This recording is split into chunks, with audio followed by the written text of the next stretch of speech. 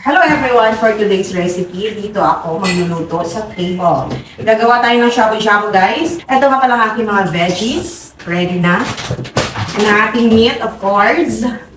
Ang ating noodles. Okay. Ito, malinis na ito. Tatanggalin ko na lang itong pinakaibabaw na 3 layers. Iiwanan natin syempre ang ating pang-cover. O diba? May steamer ka na. May pang-shabu-shabu ka pa. Alright! So ngayon, nagpainit ako ng water. Ito yung sasabaw natin, gagawin sa bahaw. Pwede ko namang tap water, kaya lang gusto kong mas mabilis. Kasi may mais akong ibuboy, guys.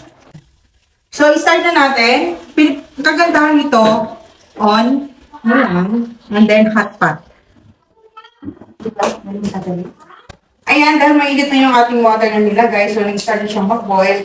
Siyempre, lalagay muna natin ang ating mga pampalasa. At dahil matagal ito, ilalagay na natin ang ating mais or corn. So, diba? Kahit sa bahay, pwede ka mag-hot pot or shabu-shabu. So, yan muna ang ating ilalagay. Mais lang muna. Okay, guys. Ayan, boiling na siya. Rapidly boiling. So, ayan, lalagay na natin si meat. Kasi nga, paluto na yung ating mais. So, lalagay na natin to.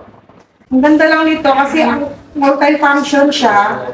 Tapos, ang laki ng capacity niya. Yung steamer niya, sa taas 3 layers, tapos sa bottom, ito yun. Magagamit mo pag mag-hotpot ka. Oh, diba? Multi-function niya eh. Diba? So, mahilig mag-hotpot pala. Pagay ito sa inyo, guys. Ano to? Yes.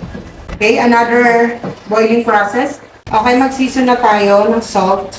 Konti-konti lang ng salt. Kasi nga, mag-a-add naman tayo ng water kasi nga mauubos yan. So, refill ng hot water. Tapos, mag-a-add tayo ng beef cubes. Pampalasya. Okay?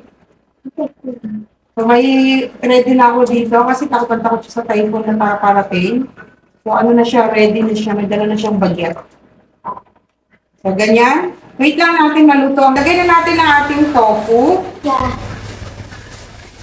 So, pwede din akong mag-add ng ating konting noodles. And then let it boil. Ayan, tingnan nyo naman ang ating shabu-shabu.